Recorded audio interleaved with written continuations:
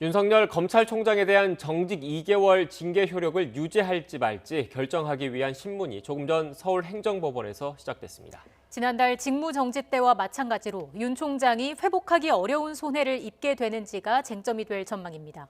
현장에 취재기자 나가 있습니다. 임성호 기자.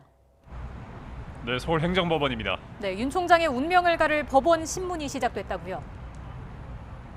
네, 그렇습니다. 조금 전인 오후 2시부터 윤석열 총장이 추미애 법무부 장관을 상대로 낸 징계 집행정지 신청 사건 신문이 시작됐습니다. 당사자인 윤 총장과 추 장관은 나오지 않았고 양측의 법률 대리인들만 참석했는데요.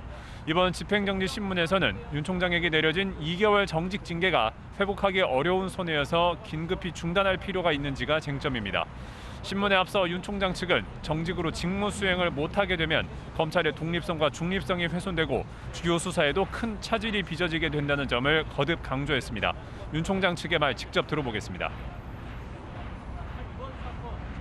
총장 개인은 물론이고 검찰 조직 전체 그리고 국가적으로도 회복하기 어려운 막대한 손해가 발생한다는 점하고 징계 사유로 인정된 4개 혐의도 징계위에서의 막연한 추측과 그 가정에만 근거해서 내려진 것이라는 점을 부각시키고자 합니다.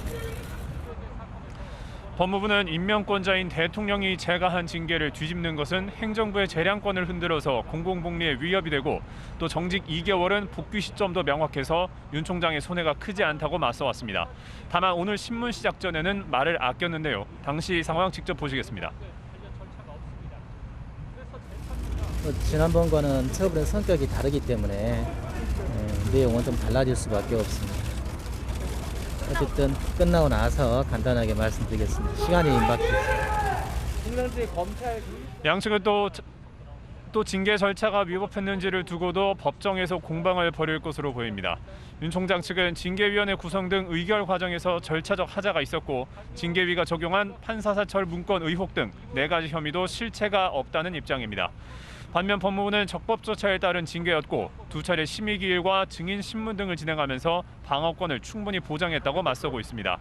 집행정지 신문은 징계 사유와 절차 등이 정당했는지를 구체적으로 판단하지는 않습니다.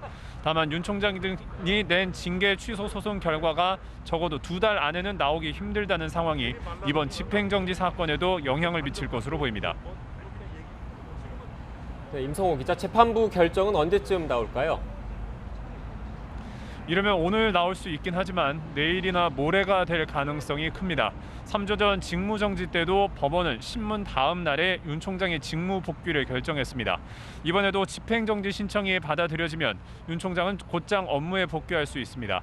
이렇게 되면 법무부는 무리한 징계를 밀어붙였다는 비판을 받게 되고 징계를 제거한 문재인 대통령도 책임론에서 벗어날 수 없습니다. 반대로 집행정지 신청이 기각되면 윤 총장은 정직 기간인 내년 2월까지 업무에 복귀할 수 없습니다.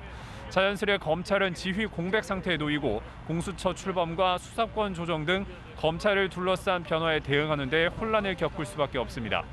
추미애 법무부 장관의 임의적 처분이었던 지난번 직무정지와 달리 이번엔 대통령 제가까지 난 징계 효력을 두고 다툰다는 점에서 사안이 훨씬 복잡하고 민감합니다. 그만큼 법원의 고심이 깊을 것으로 보입니다. 지금까지 서울행정법원에서 YTN 임성호입니다.